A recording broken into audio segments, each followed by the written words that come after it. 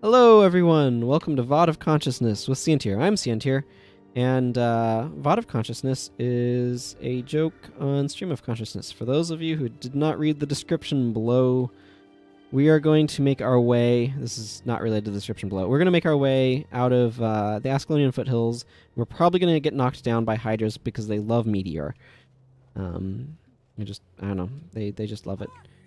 Quickening Zephyr is an interesting skill. It's a spirit, so it's just a global effect. It makes skills cost 30% more, but all skills recharge twice as quickly. So your skills cost more, but you get to use them more often.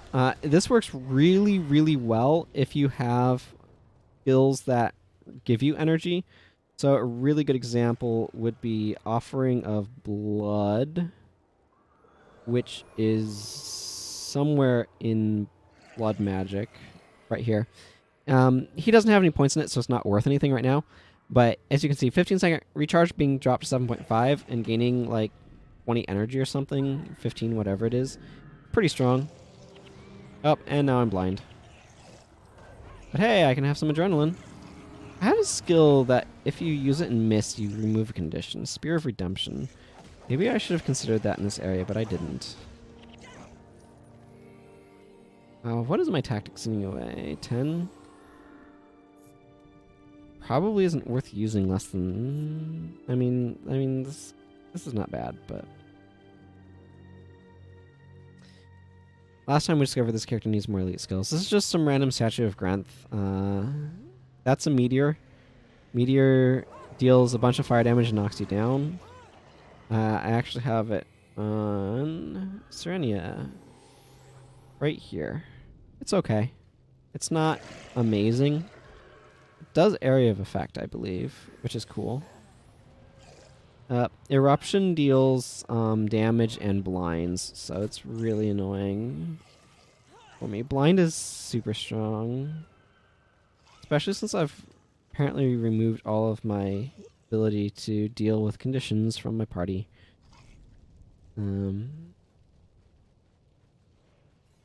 So, anyway, there's something actually that I want to talk about that I might demonstrate using this character fairly soon.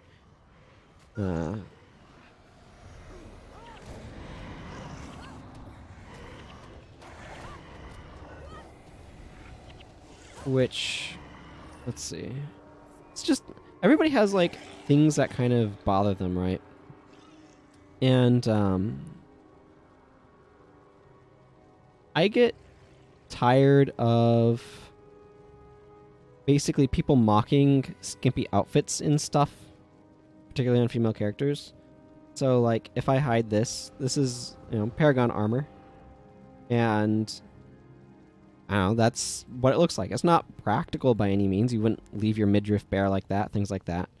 From what I understand, you don't actually want breast cups on breastplates because that leaves a nice point where if you were impacted and stuff, it would apply pressure directly to your sternum and potentially crack you in half. Very dangerous stuff, actually.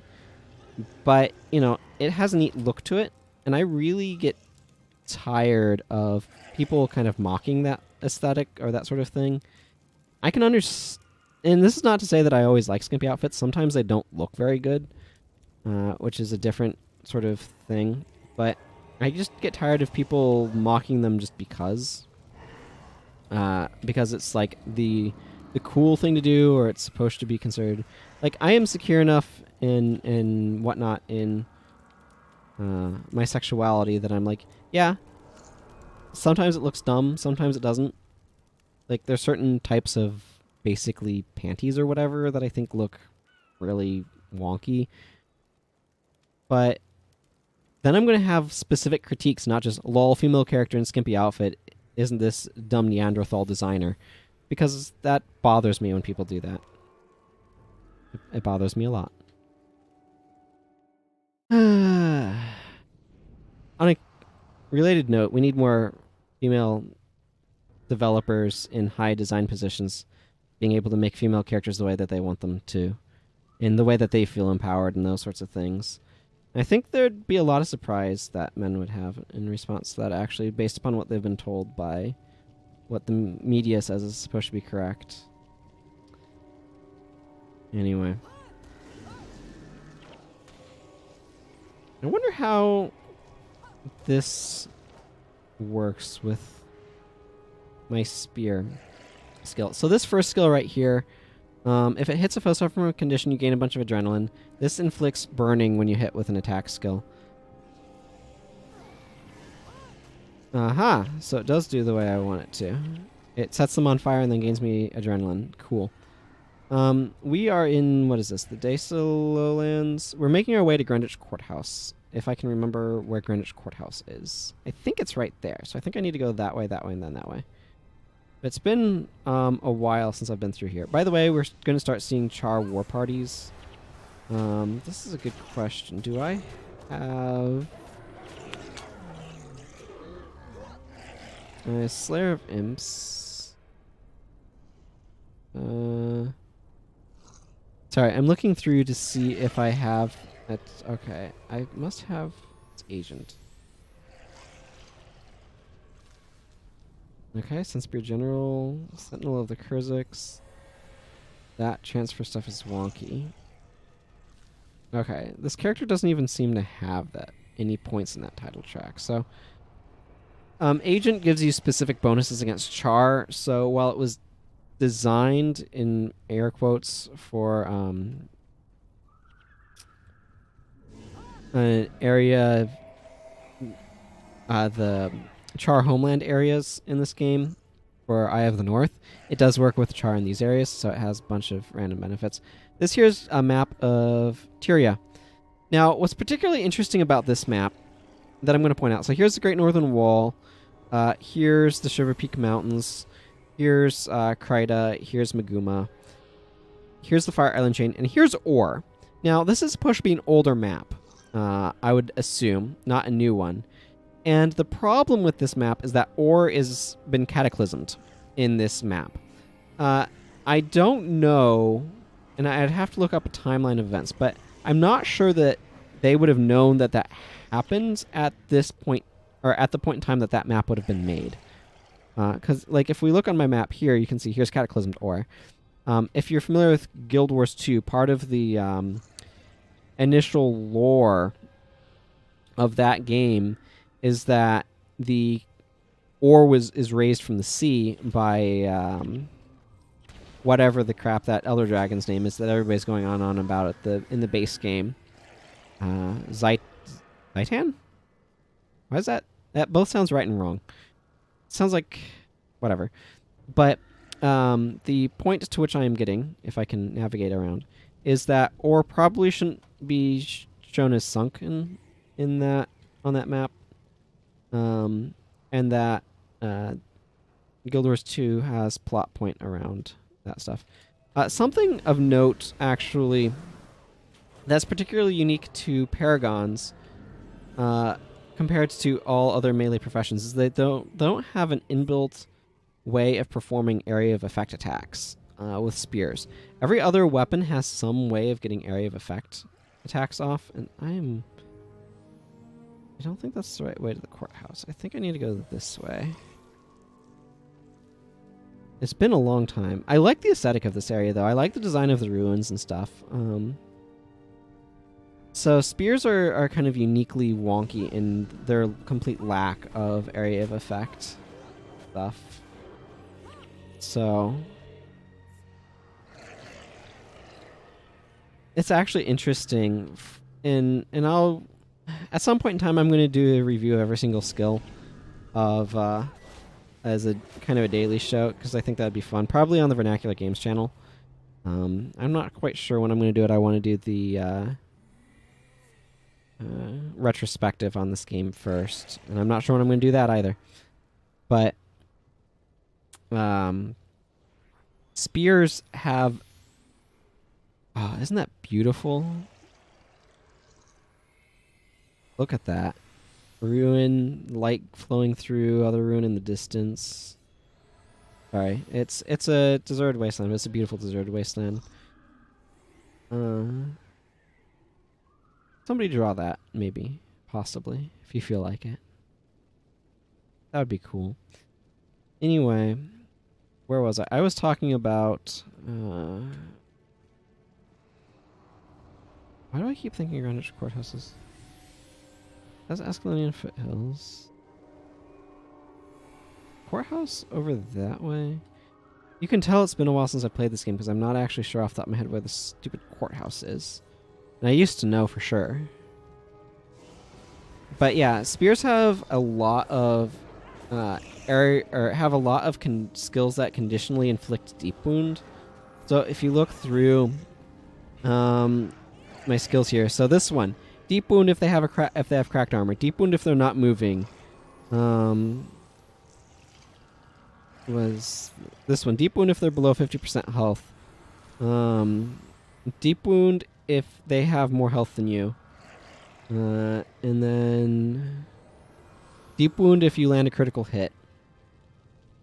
Like, that's a lot of different ways of inflicting deep wound. And quite frankly, it's excessive. It is just super excessive. And there's no ways of inflicting area of effect damage in any of those either. Whereas if you look at every other possible weapon, so scythes are inherently area of effect in their attack. Swords have all warriors have access to a PvE only skill that does area effect, but this one right here, 100 Blades, is a skill that inflicts area of effect damage when you attack foes. It used to just be like an area of effect double hit, as I recall. Swords are also kind of bad at hitting area of effect, actually. So I think 100 Blades might be the main way that you can accomplish it. Alright, I'm just looking through because I'm curious right now. Yeah, that's the main way is 100 Blades. But, I mean, that's still an area of effect technique. Hammers they have Earthshaker as an area of effect knockdown. But I think Yeti Smash strikes all adjacent foes. And there's another one that's Crude Swing, yeah. Excuse me, hits all adjacent foes as well. And axes are real good at it. Axe Mastery. There's not that one. Triple Chop is area of effect, and Cyclone Axe is area of effect. Then bows have a couple of options as well. I don't have any rangers on the team, but it's got a couple of skills. Barrage is an elite skill that hits area of effect, and so is Volley. Daggers have, again, no assassins right now, but daggers have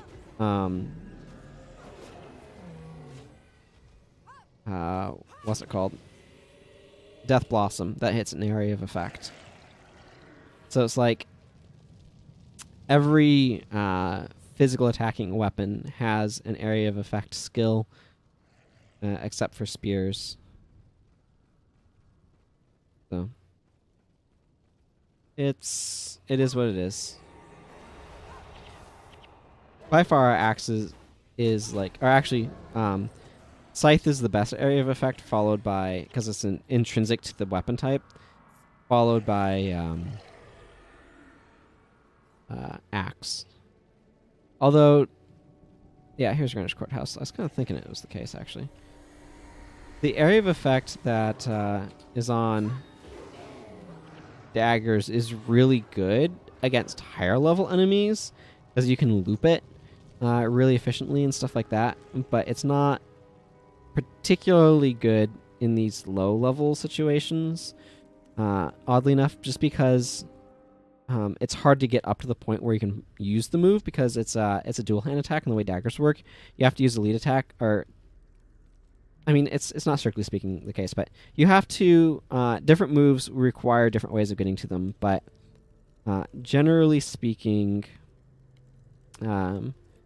dual attacks require you to do an offhand attack first, and Scorched Lodestones are worth salvaging because they give you granite, by the way. A